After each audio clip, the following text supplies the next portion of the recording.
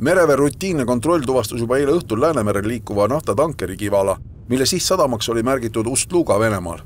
Kuna kontroll tuvastas, et laeva dokumentatsiooniga päris kõik korras ei ole, otsustati alus kinni pidada ja suunata Eesti territoriaalvetesse. Kivala on hetkel suunatud Eesti territoriaalmerre. Laev on ankurdatud Muuga lahes. Kinnipidamise eesmärk on siis kontrollida laeva dokumente ja õiguslikku staatust. Ja laeva kinnipidamine ja siis teostatud uurimused ei ole kuidagi seotud siis kriitilise infrastruktuuri kahjustamisega. Ja uurimist laeval siis viivad läbi hetkel pädevad ametkonnad. Rutiinse kontrolli käigus oli meil algust siis kahtlustada seda, et laeval puudub lipuriik ja kindlustus.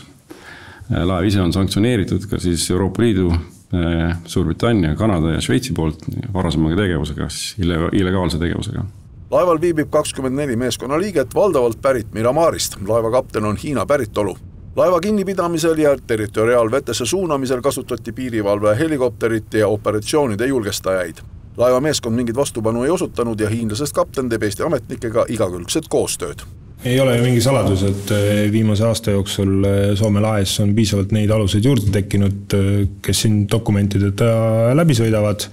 Ja võiks ju julgelt öelda, et tegemist on osa varilaevastikust, mis kasutab siis Läänemerd kaupade vedamiseks, mis on keelatud ja tegelikult ka selle kinnipeetud tankeri Kivalaga on sama lugu, sanktsioneeritud laev, kellel tänaseks on siis selgunud, kui kinnipidamise ajaks juba oli selgunud, et tal ka puudub siis lipuriik, keda ta esindab. Laeva lipuriik andmebaasides oli Djibouti, kuid esialgne kontroll pole veel seda tuvastanud. Tegemist on esialgsetel andmetel lastita tankeriga.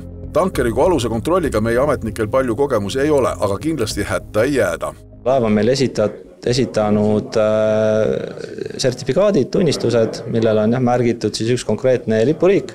Esimene tagasiside lipuriigi poolt on siis olnud see, et on lipuriigi registrist välja arvatud, aga hetkel veel toimingud käivad selles osas, suhtleme selle nimetatud lipuriigiga ja et siis täpsemalt aru saada, et millal see lipuriigi kuuluvus siis lõppes, millal ta registrist välja arvati või ta ikkagi on seal registreeritud.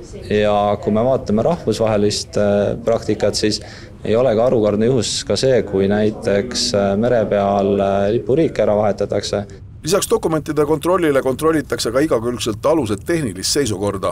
Kuna tegemist on suure laevaga, laevale tehakse laiendatud kontroll, ehk piltlikult öeldes kontrollitakse kiilust kuni mastitopini välja.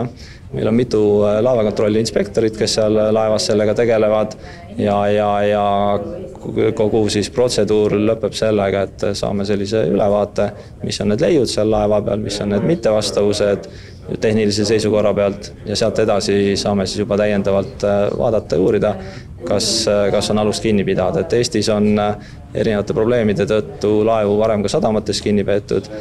Ehk siis selles osas ta ei ole ei Eesti kontekstis ega ka rahvusvahelises kontekstis midagi erisugust. Kontroll peab tagama, et merel ei mindaks laevaga, mille ohutus pole tagatud. Tööd tehakse laevaga nii kaua, kui kõik võimalikud probleemid on kaardistatud ja siis selgub, kas alust on põhjust arestida.